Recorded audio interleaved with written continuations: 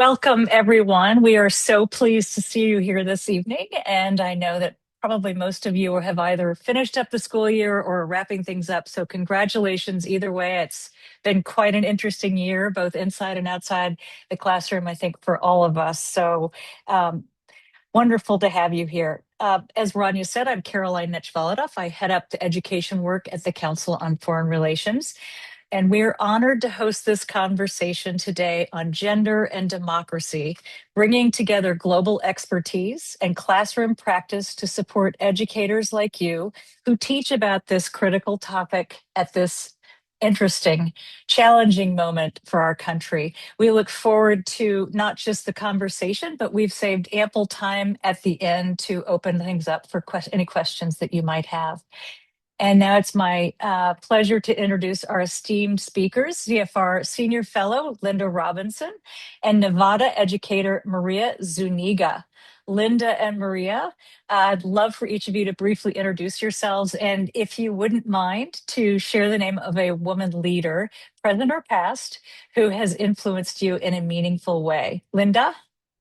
Thank you so much, Carrie. I am the Senior Fellow for Women in Foreign Policy at the Council on Foreign Relations, and I'm so excited to be with you today. I am about to publish in 10 days a book called Women in Power, Fighting for Democracy in an Age of Authoritarianism. And I was motivated to start writing this book over 4 years ago because I was very interested in understanding what was happening to women leaders in a time where democracy has been under challenge, and also to find out from those who did make it into power what were the key lessons that were could be learned from their record of time in government.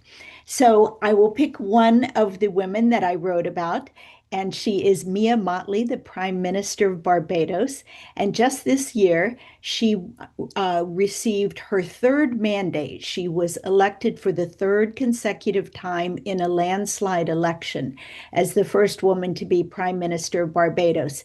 And I may say more about her in a minute, but I just want to say she inherited a secret fiscal crisis. She came into government with only 30 days of revenue left to fund the government, and no one knew about it. So she had to quickly find a way to solve this crisis, but it led her into a global campaign to help the less developed countries get financing to deal with climate change because countries like hers are on the front lines of climate disasters. So she became really a global champion for reforming international finance to help climate change. Thank you. That's great. Maria? Hello, everybody. My name is Maria Zuniga, and I'm a high school social studies teacher at a magnet high school in Las Vegas, Nevada, actually North Las Vegas, Nevada. I also just finished my first year as an adjunct professor at the University of Nevada, Reno, teaching sociology. And I actually just finished my school year. Today was the last day for teachers here in Clark County School District.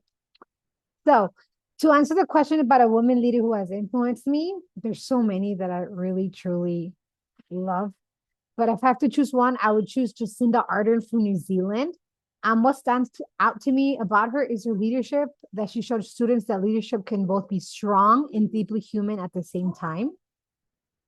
And I think that my students were able to connect with her story because they recognize that she's authentic. She shows real authenticity. She helps students rethink what leadership can look like. And that opens the door to broader conversations about democracy, representation, media, and global citizenship in the classroom. Thank you. That's wonderful, Maria. I can understand why you chose Prime Minister Ardern. She's really something. And as Maria said, it's very difficult to narrow it down to just one, but I'm going to throw my choice in here too. I've just read Linda's incredible book, and so which is chock full of inspirational women leaders from around the world. I would, I have a couple from the past, and then maybe one from today. But I love Golda Meir from the past, and today Kallas. I believe Linda can correct me if I'm pronouncing that wrong, but Kaya Kallas is really jumped out at me in the book. But I know some of you are higher education faculty and some are high school teachers. And some of you are joining us from the United States, but others are pinging in from around the world. We'd love to do a quick poll if we could, and to find out just who you are, who's in the audience today. So do you currently include content on gender and democracy in your teaching or work? The first choice is you do so all the time. Second is sometimes. Third is no, but I plan to. And the fourth is not at this time. I'll give you a couple of minutes to do this. But again, do you currently include content on gender and democracy in your teaching or work? All the time? Sometimes? No, but I plan to, and not at this time.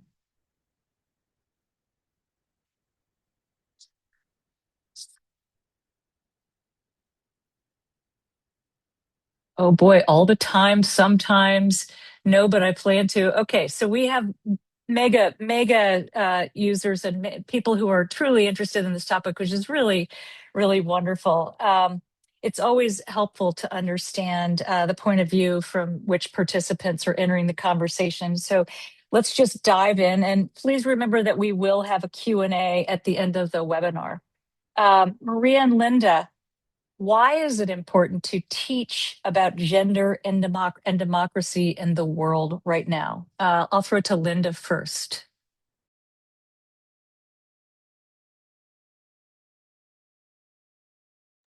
Unmute, And Linda, Linda. if you can go off mic, that would be great. Sorry. I would like to say democracy has been a long journey. So, without recounting the entire history, I'll just begin with in the 1970s, the so called third wave of democracy began. And that really ushered in a pairing of this idea of democracy and gender equality, that a full democracy included full representation of women.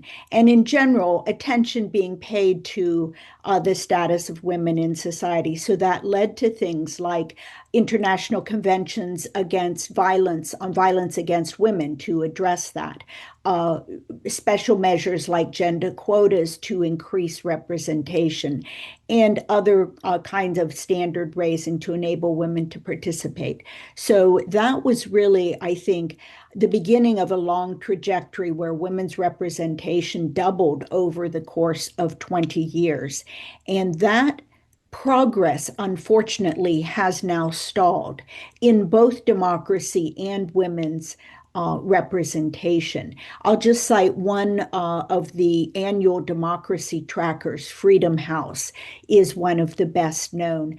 And according to the way they measure it, which is looking at political and civil rights, rule of law, and checks on executive power, the so-called checks and balances and separation of powers. And I have to say, I'm so excited that so many are already teaching this vital topic. I know civics classes have gone away in many places. So this is so wonderful to hear.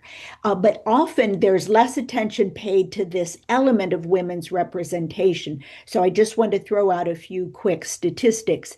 While the doubling had occurred from 11% to 22% between 1995 and 2015, that rate of increase has plateaued now. In fact, it's stalled in the last 2 years. So where are we now? We have 27.5% of women who are legislators in parliaments around the world. That's the global average. Of course, it's higher and lower in other places.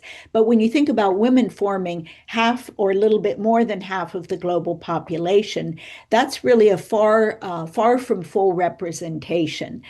So maybe I'll just stop there and we can talk more about the various ways in which women are being affected by this democratic recession, as I call it. That's great. I love that democratic recession. Maria, why is it important to teach about gender and democracy right now? So, I currently teach global studies in the school that I'm at, and one of the biggest goals is helping my students understand that global affairs are not distant from their lives. Democracy, leadership, representation, and power shape the world students are already navigating every single day through social media, news, culture, economics, migration, and conversations happening in their communities. So for me, one of the goals as an educator is for my students to become informed global citizens. CFR calls this building global affairs literacy, which is the ability to understand and engage effectively in today's interconnected world. And that requires students to understand whose voices are included in decision making, whose voices are missing, and how leadership impacts societies. Students today are incredibly aware when representation is absent. Many students, especially young women, notice that when political leadership, textbooks, or historical narratives don't fully reflect the diversity of the world around them. And as a woman myself, I know what it feels like to move through spaces and not always feel represented. Teaching about gender and democracy helps students connect civic concepts to real human experiences. And it helps them understand that democracy is not just a system in a textbook. It is something that people participate in, protect, challenge, and strengthen. And most importantly, these conversations naturally align with the goals of my classes. So this isn't really extra content in my classroom. It deepens the curriculum many of us already teach. Thank you. That's great. I want to sort of hone in on global insights for a few minutes here. Linda, in your research, what patterns have you noticed about how women leaders shape democratic movements and/or push back against authoritarianism? Yes, thanks. It's a great question because women have been, even though my book is about women who vie for office and take office and govern, that would not happen without a lot of activism on the part of women. They've really powered democracy movements around the world that has led to transitions from dictatorships to democracy. I spent a decade as a reporter covering Latin America at a time when there was a massive transition going on, and it was so exciting. And that was where I saw my first woman be elected, Violeta Chamorro in Nicaragua. So it was really, to me, always part of the same story. What was going on with women was part of the democratic story. But what I've seen is, of course, women come in all types there. And what I deliberately did in my book was look across the political spectrum. But I think there is a tendency that women, whether they're activists in movements or in government, they're tending to think of the bigger picture. They're not thinking of zero-sum approaches.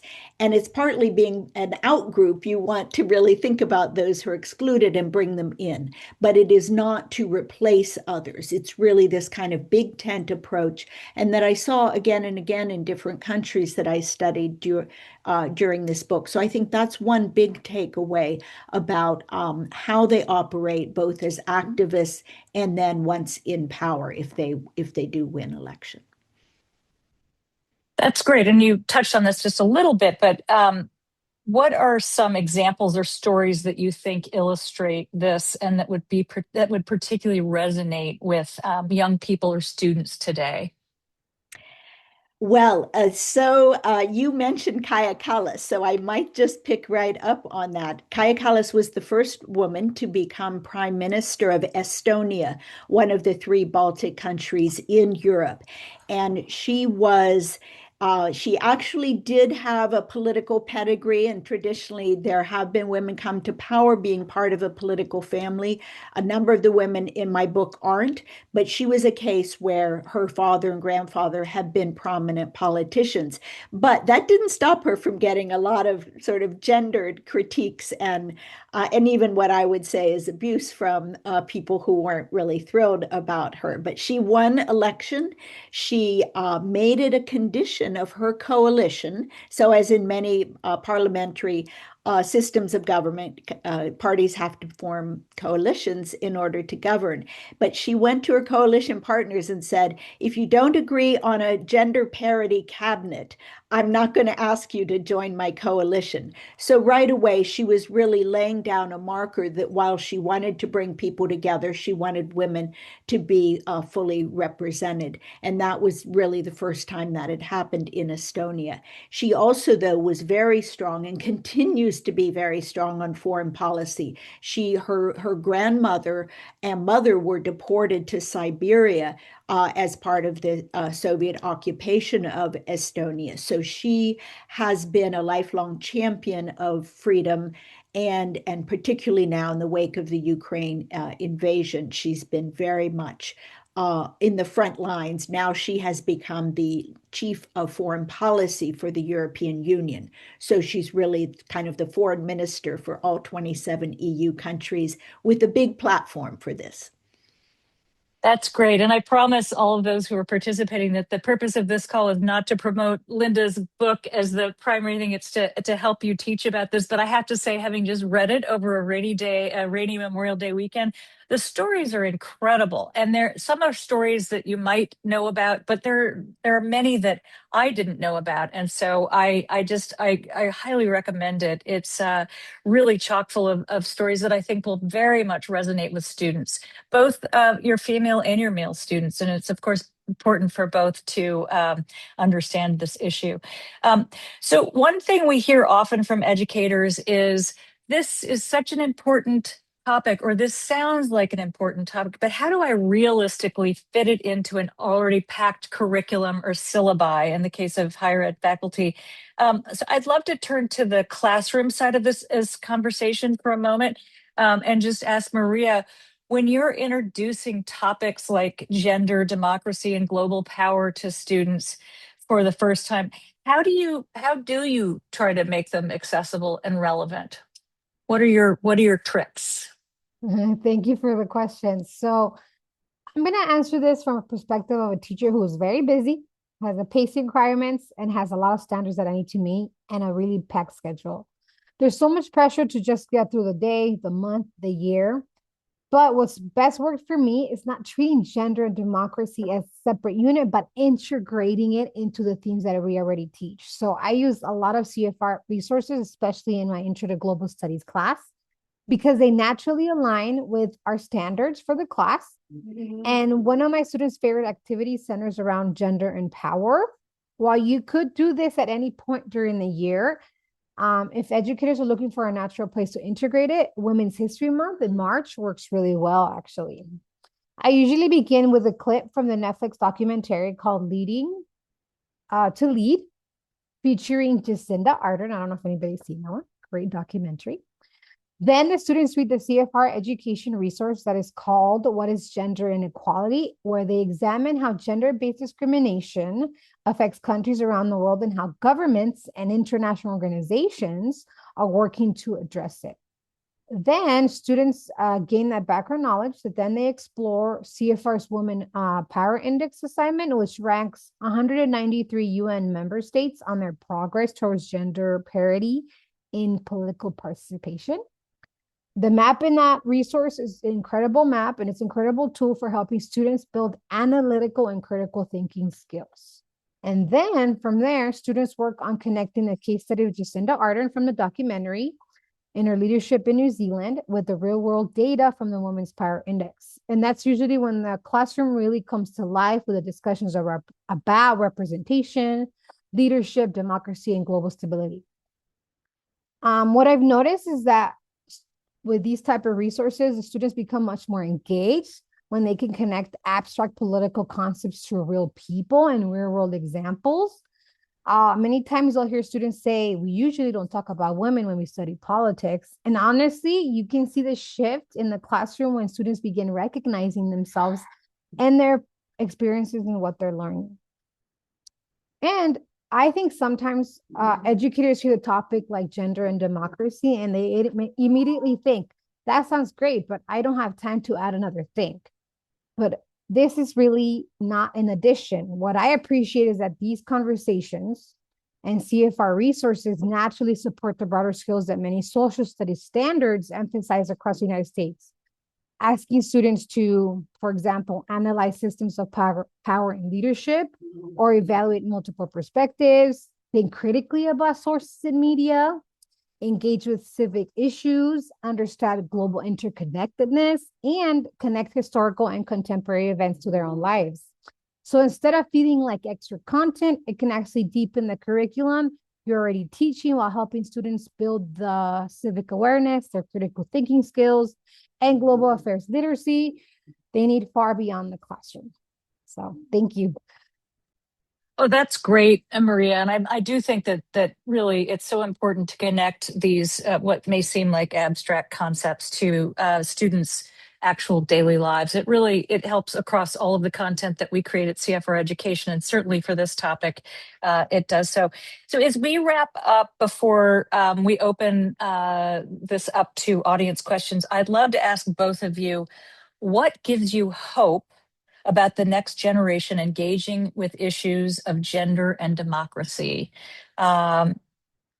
Maria, Linda, whoever wants to chime in first, have at.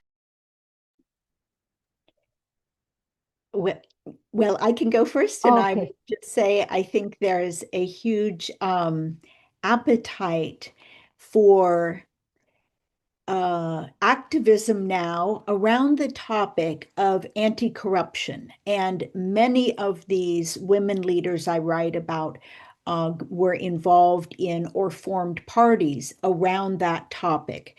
In the case of Moldova, tiny little country right next to Ukraine, there was a massive banking scandal in which 12% of the GDP of the country was taken out, and it just caused a nationwide protest. And the youth came out, the elderly came out. It was really a call for change. And Maya Sandu, she was a Harvard Kennedy School graduate. She'd worked in the education ministry. She had a lot of credentials, but she also had a reputation for integrity. She's a very modest person. Her mother brings her lunch in the presidential palace almost every day. So she really was that kind of person that people trusted. And she said, they didn't elect me because I was a woman. She told me, she said, they just thought I was honest. And so that was really her main calling card. Maria, what gives you hope about this next generation engaging with issues of gender and democracy? Thank you. Sorry about that. Honestly, I feel very hopeful when I think about this generation of students. They give me a lot of hope. They are far more globally aware than many adults realize that they are. Students are really paying attention to world events, social movements, climate issues, democratic challenges in real time, and they generally want to understand how these issues affect their lives and communities. What gives me the most hope is seeing students recognize that their voices do matter. Once students begin to see themselves as participants in a democracy, not just observers, they can really feel the shift in the classroom. Then they start asking deeper questions. They challenging assumptions and thinking more critically about leadership and representation. Thanks. That's great. Thank you both. I think we are going to open things up for questions now. And I believe Rania, who is invisible, is going to do that. Thanks, Carrie. To ask a question, click the Q&A icon on your Zoom window and submit your written question. Panelists will address them afterwards. All right, we have a question for you, Linda.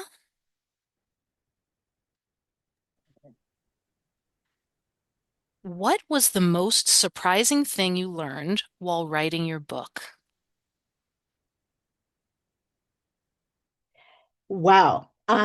I think there were so many things that I found out that I didn't know before. And as a career-long reporter, I think that I will say it was a reflection, I think, of This is not one of my good news stories. This is really something that shocked me, but I think it's important to understand the amount of online hate that politicians get, but women politicians in studies that have been done, they're just subjected to a lot more hate speech and gendered hate speech, and particularly graphic, violent, sexualized abuse. And the Jacinda Ardern, whom Maria mentioned, and was really very popular leader, but she came in for, according to one study, 90% of the invective aimed at the top politicians in New Zealand. Another one that has a similar profile, Sanna Marin of Finland. She's no longer the prime minister, but she was at the time the youngest serving woman leader in the world. She had a cabinet led by 5 women leading 5 parties, and the women ministers received 10 times the online abuse of their male counterparts. So those are just a couple of little statistics to show how much more. And this is, I think, where my concern is it will deter women from being willing to get into the ring or stay in the ring. So I'm hoping that we can all encourage young people. The only way change occurs is if you get involved. And please, while I think we need remedies for some of the really toxic aspects of the social media world, I would hate to see people not engage, because through that engagement is really how this is going to be dealt with. Thanks. Thank you. All right, we have another question here. How do racialized and immigrant identities complicate the way students understand gender and democracy, especially when global issues are often taught through US or European frames? Linda, any thoughts on this one? Oh, yes, yes. I'm hoping Maria will lend her thoughts as well, but I think this is critical that we understand this, what is called intersectional reality, that no one is just a woman or a man. You bring other identities to the table. And as in terms of the abuse I was just talking about, women of color, people of color, and people of other religions, ethnicities, there is really a high incidence that they receive disproportionate abuse. But I think the upside, though, is that having a diverse slate of candidates is so critical, and having an awareness that that is a critical part of democracy is important.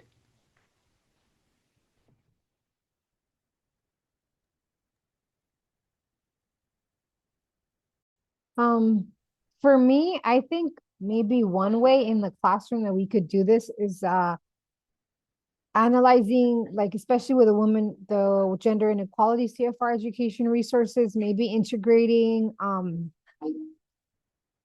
diverse case studies, not just a white woman from New Zealand.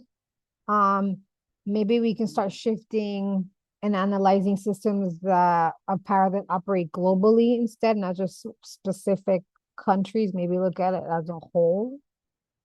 And we can do some kind of we can look at the unique cross-cultural insights that everyone brings to the table, not just, you know, the Western-led ideologies, I guess you could say. Thank you. Right, we have another question here. What are your views about engaging substantive discussions about the role of gender, representation, and democracy in a context of political repression and state enforcements to restrict the emphasis of the study of gender? Well, I will come ahead with one example, which I think is perhaps a number of people in this meeting are aware of. There were recently elections in Hungary, and the long-running leader, Viktor Orban, was voted out.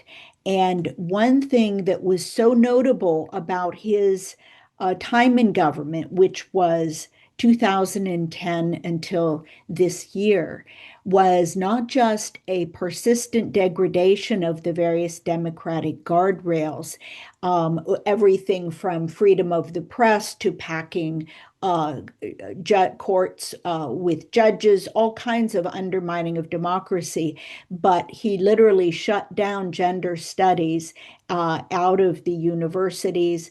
A very large university actually moved to Vienna, and it's unlikely to come back. But I was talking to a woman at a democracy conference at the University of Pennsylvania, and she said the new government is absolutely going to roll back some of these gender, of course, the democracy infringements, but also some of these measures taken to really combat. This term is called gender ideology, and it's kind of a fuzzy term that doesn't have any formal definition, but it's really the antithesis of gender equality. So I think we're looking for a good case study in Hungary to watch how a country, after so many years of chipping away at both democracy and gender equality, that we can see a turnaround. That has also occurred in some other countries, at least partially. Some of those that have made a turnaround recently include Brazil, Poland, other countries. And so we also can't neglect that we've faced similar things in this country with a lot of rhetoric and actions against diverse opportunity for diverse populations, not just women. And I think there's really, in my view, a profound misunderstanding that this is about giving people an equal opportunity to compete. It is not about a special preference, but rather making sure all qualified candidates are able to compete. And I think that's a really critical thing to keep in the conversation, and we can come back to that. Thank you. Here's one for everyone. If you could say something to your younger self about women in power and democracy, what would it be?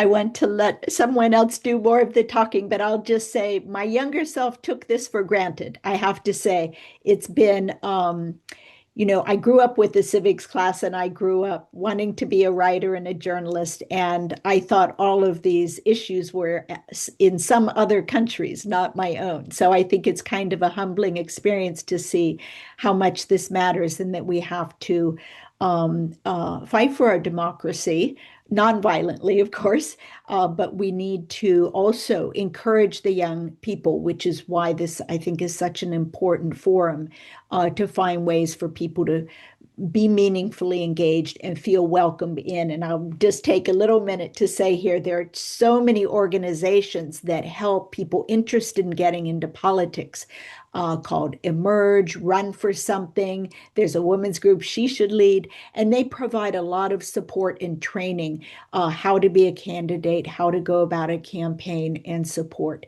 all the way through taking office. So I hope we can consider it part of our mission to encourage all the young people we know to be engaged. Yeah, the questions really aren't intended for me, but I would just say for my younger self, I've been quite, I would say shocked, not just surprised, but shocked at how easily things have slid a little bit backward in the past few years. And if I were giving advice to my younger self, I would say be vigilant, watch for signs that things are sliding, and take action, and be sure that you help others around you understand the ways that they can be active and they can actually make a difference.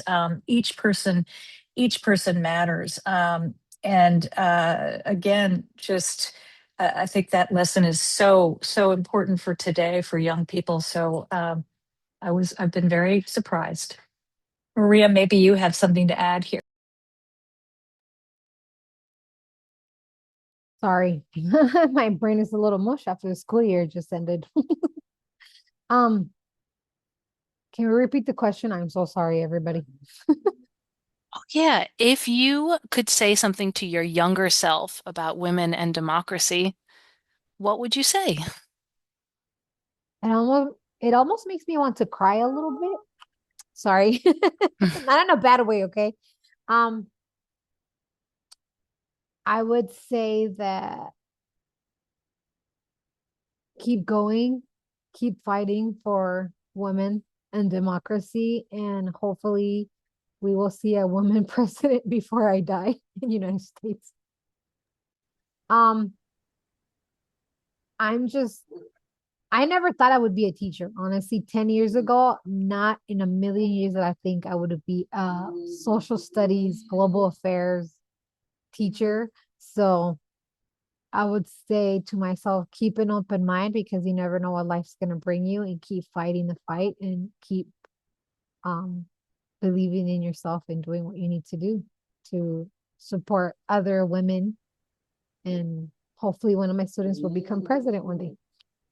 And maybe, Maria, to that point, there are lots Yeah, of different ways that women can make a difference, and being a teacher is one of them. So everybody thank on this you. call is making, well, I think everybody on this call is making a real difference. They've shown up to discuss this really important topic, and I think that there are lots and lots of ways that one can make a difference, and that one can advocate and push democracy forward as a woman. So we're glad that you're teaching. We're glad that you're in the trenches, helping the next generation understand uh, the value of participation and the importance of participation. So I'm glad that your 10 years ago self, I don't know what you were doing, but I'm certainly glad you pivoted to teaching.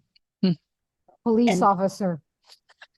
oh, wonderful. Yes. I would love to chime in, Maria, because the people who influenced me most outside of my parents were teachers.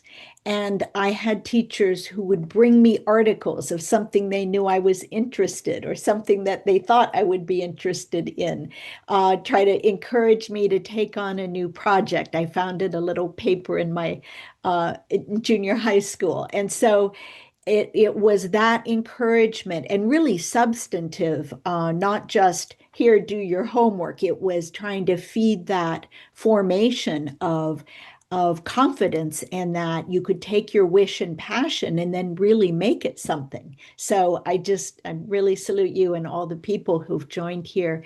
I don't think there's a more important profession, and especially at this time where our country really does need a lot of help from the next generation to fix some long-running problems. And I'm thinking about the economic issues as well as the political ones. So we kind of need all hands on deck.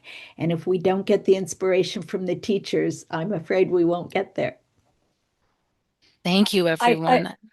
Yeah, no, I just wanted to add one last thing, which is that I often am obviously leading conversations and participating in conversations about the importance of global affairs literacy. And what I say to educators, who are our primary audience, is that you really are on the front lines of protecting democracy. To double stamp what Linda has said, and to again salute Maria and everybody on this call. We rely on you to help this next generation understand what's going on in the world, how it relates to their everyday lives, and how they can get involved and participate. So thank you very, very much. Now we have two questions here, actually a couple questions that are really about the topic of encouraging male students.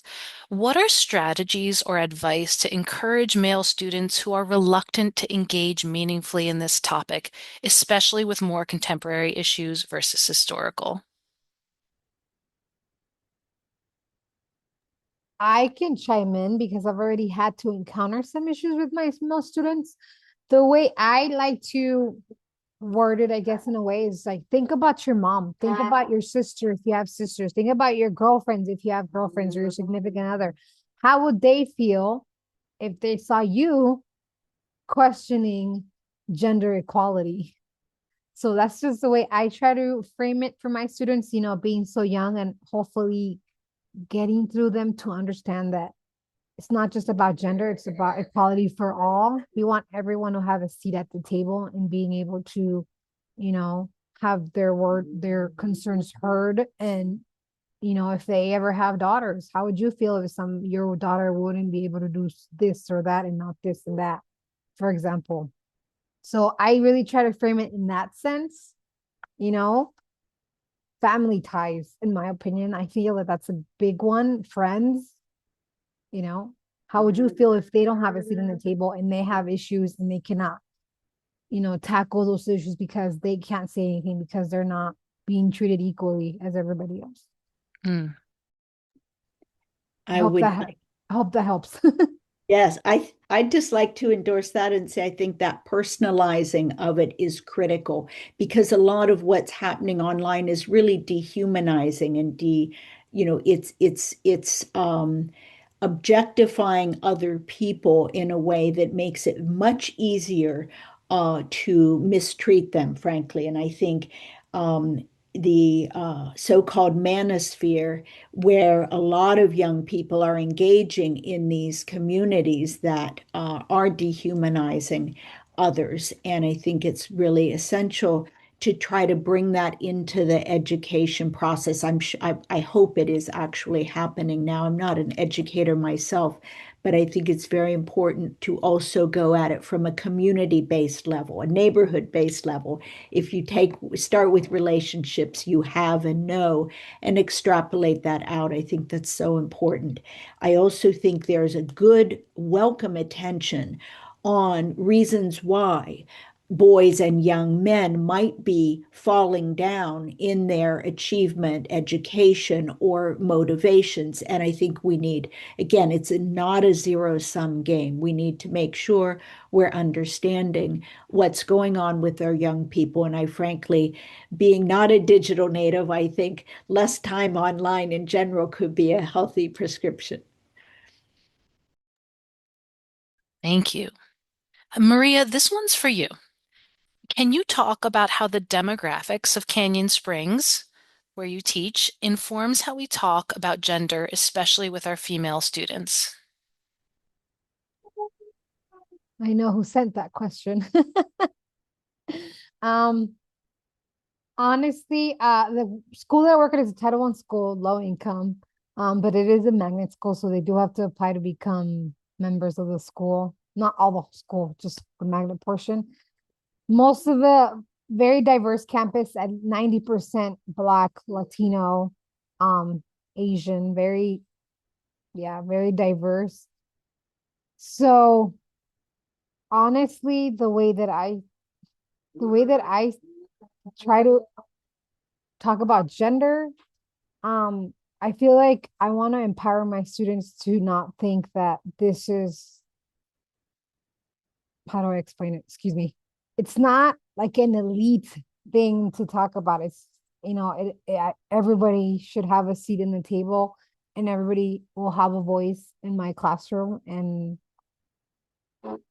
I want to empower them, so that the discussions that we have reflect their own resilience, their challenges. It challenges them to critically think about what's going on in the world, and hopefully it builds genuine global affairs literacy that shows them that, who they are, it matters. I hope that answers the question. Thank you. Yes. All right. I think we have one or two more questions here. How should educators teach cases where women's rights are used rhetorically by powerful states to justify intervention, sanctions, or civilizational narratives?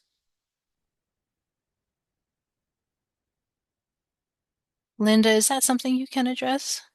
So I want to make sure I do understand the question correctly and address it, but certainly there are any number of examples of promoting women, but in a way that hamstrings their own rights. And it's this sort of traditionalism that says we must protect women rather than empower them. And that can be used to restrict their rights. There is also often And I'll just use China as an example, but it is not an Asian specific phenomenon.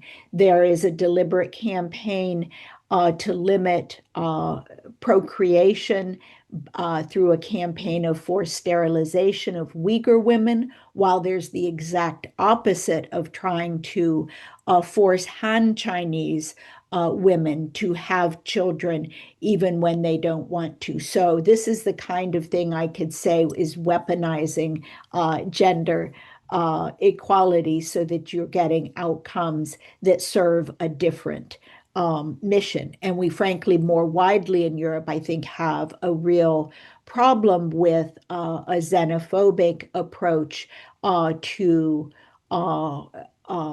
birth rates by immigrant populations and seeking to reduce those, even legal migrants, to bring up proportionately the white European birth rate. So I think this entire debate around natalism, pronatalism, and birth rates is only going to become more fraught. And in my view, a lot of times the policies being proposed are not really what you see in polls, that women want to help them have families, which can be childcare, ample paid family leave, health care. And these are also the kinds of things you see women, when they get into office, they're really working on that health, education, and welfare account when they're in parliament. So those are some of the issues I think of when you raise that question. That's great. I think this is a good stopping point. I find this all fascinating, and I really look forward to hearing from those who are on the call. We are happy to answer questions if you have follow-up questions afterwards, and I hope that you'll recommend this webinar to your friends who might be interested in the topic. And just can't thank Linda and Maria enough for participating. And for everybody who's on the call, have a wonderful summer and a wonderful next year. And I do hope you teach about gender and democracy in your classes. Thank you so much.